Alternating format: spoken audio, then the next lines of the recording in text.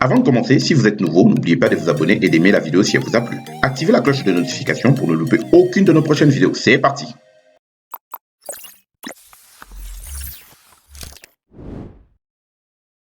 Dans cette vidéo, nous allons expliquer ce que la crypto-monnaie, comment ça marche et en bref résumer la technologie blockchain qui est à la base de la création de la crypto-monnaie. Bon, regardons ici.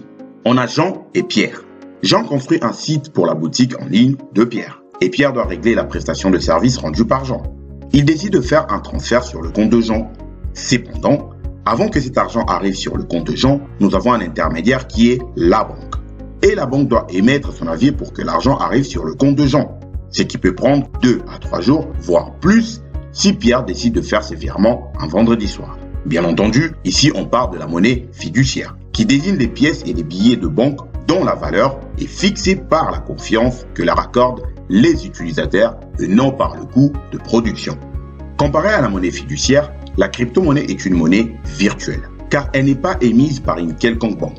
Donc si Pierre décide de faire un transfert à Jean pour régler sa prestation en utilisant la crypto-monnaie, il n'aura pas besoin de passer par un intermédiaire. Et vous entendrez souvent parler du transfert peer-to-peer. En français, un transfert de pair en pair, qui implique le transfert des données d'une personne à une autre sans utiliser un intermédiaire. Là, vous vous dites certainement, mais ce système n'est pas du tout sécurisé. On peut se faire pirater car il n'y a personne pour garantir la sécurité comme une banque par exemple. Bon, faisons un peu d'histoire sur la crypto-monnaie, ce qui nous permettra de mieux comprendre le fonctionnement de cette monnaie virtuelle. La première crypto-monnaie, le Bitcoin, connue comme la reine des crypto-monnaies, elle a été créée en 2009 par Satoshi Nakamoto, un gars mystérieux qui jusqu'aujourd'hui n'a jamais révélé son identité. Bref, poursuivons. Satoshi Nakamoto a créé le Bitcoin en utilisant la technologie blockchain, en français la chaîne des blocs. En effet, il a pu mettre en exécution le concept de la blockchain qui date depuis 1995. Pour bien comprendre la crypto-monnaie, nous allons expliquer ce que la technologie blockchain. Tiens, comment je vais expliquer ça le plus simplement possible? Parce que je sens que je veux m'arracher les cheveux. Bon, vous savez quoi? On va arrêter cette vidéo. Mais non, accrochez-vous jusqu'à la fin de la vidéo et vous verrez que c'est pas si compliqué que ça. Il est vendredi soir, après une longue semaine de travail, 4 copains, Jean, Patrick, Julien et Lucas, décident d'aller manger au restaurant. À la fin du repas, Jean paye l'addition totale qui est de 40 €. Les 4 copains se sont quand même convenus de partager l'addition par 4.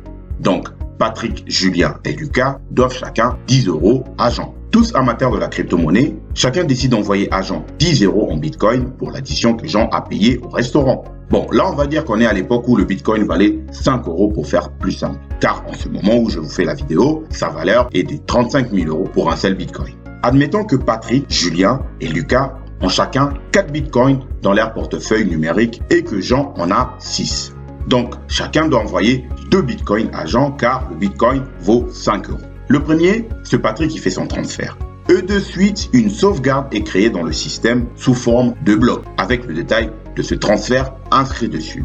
Mais également le nombre de Bitcoins que chacun possède après ces transferts réalisés par Patrick. Mais non, Patrick a 2 Bitcoins, Jean en a 8 car il vient de recevoir les 2 Bitcoins transférés par Patrick. Et Julien et Lucas ont leurs 4 Bitcoins chacun. Ensuite vient le tour de Julien de transférer ses 2 Bitcoins à Jean et pour finir avec Lucas. Et chaque bloc est lié à l'autre car chacun de ces blocs récupère les informations du bloc précédent. Ce qui nous permet d'obtenir une chaîne de blocs, dont son nom, la blockchain. Et cette chaîne des blocs est appelée un ledger. Et ce ledger est partagé à tous, ce qui veut dire que chacun possède une copie de cette chaîne de blocs. Donc voilà le principe de la blockchain. Bon, maintenant si Patrick essaye de nouveau d'envoyer 3 bitcoins à Jean, ce transfert échouera car il ne reste plus que 2 bitcoins.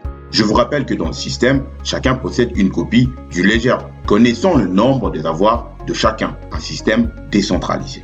Là, je sens vite certains se dire « Ah ben non, je ne veux pas que l'autre sache combien il me reste sur mon portefeuille ». À vrai dire, il ne le saura pas vraiment, car vos avoirs sont stockés dans une clé, une série de chiffres et de lettres cryptées. Ce que je viens d'expliquer, c'est le principe de fonctionnement de la blockchain.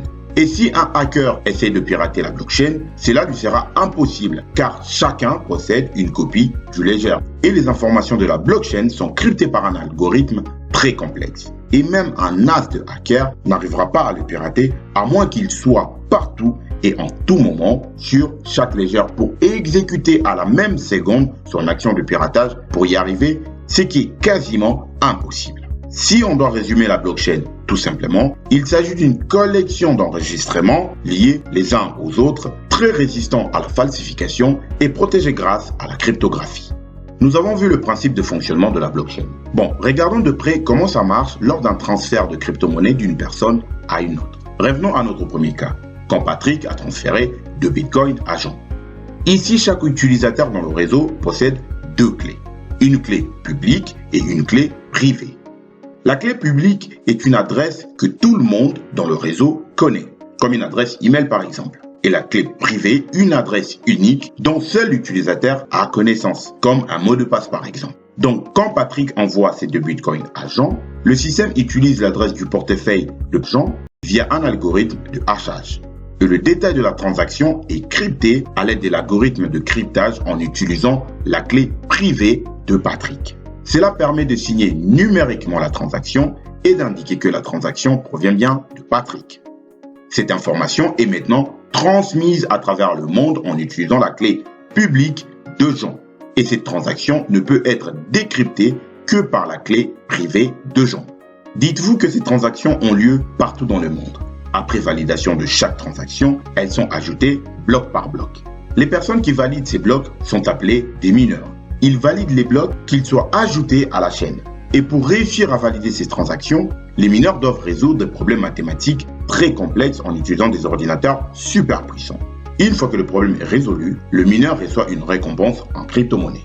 Ce processus de résoudre des problèmes mathématiques complexes dans la blockchain est appelé le proof of work. En français, preuve de travail.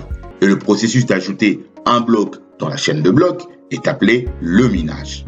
En effet, à chaque bloc ajouté dans la blockchain, le ledger est mis à jour pour tout le monde. Aujourd'hui, la crypto-monnaie gagne de plus en plus de terrain et elle est utilisée comme monnaie pour payer ses achats grâce à des cartes bancaires délivrées par les plateformes d'échange centralisées comme Coinbase ou Binance. Ces cartes sont directement liées aux cryptos que l'on possède avec un équivalent en euros, en dollars, etc. Et les avoirs sont mis à jour en fonction des cours du marché. En outre, beaucoup de crypto-monnaies sont liées avec des projets décentralisés du Web 3.0. Pour conclure, Internet nous a permis de développer tous ces services numériques qu'on connaît autour de nous, les sites Internet, les applications et tant d'autres. Le Web 3.0 avec la blockchain suit le même parcours. Qui sait ce qu'on aura comme Facebook dans le Web 3.0 ? Pour citer au passage le projet YouTube décentralisé dans la blockchain, le IOZTube. Si vous avez aimé la vidéo, n'oubliez pas de mettre un pouce bleu pour encourager la chaîne, mais aussi de vous abonner et d'activer la cloche de notification pour ne louper aucune de nos prochaines vidéos. Stay tuned. À la prochaine vidéo. Ciao.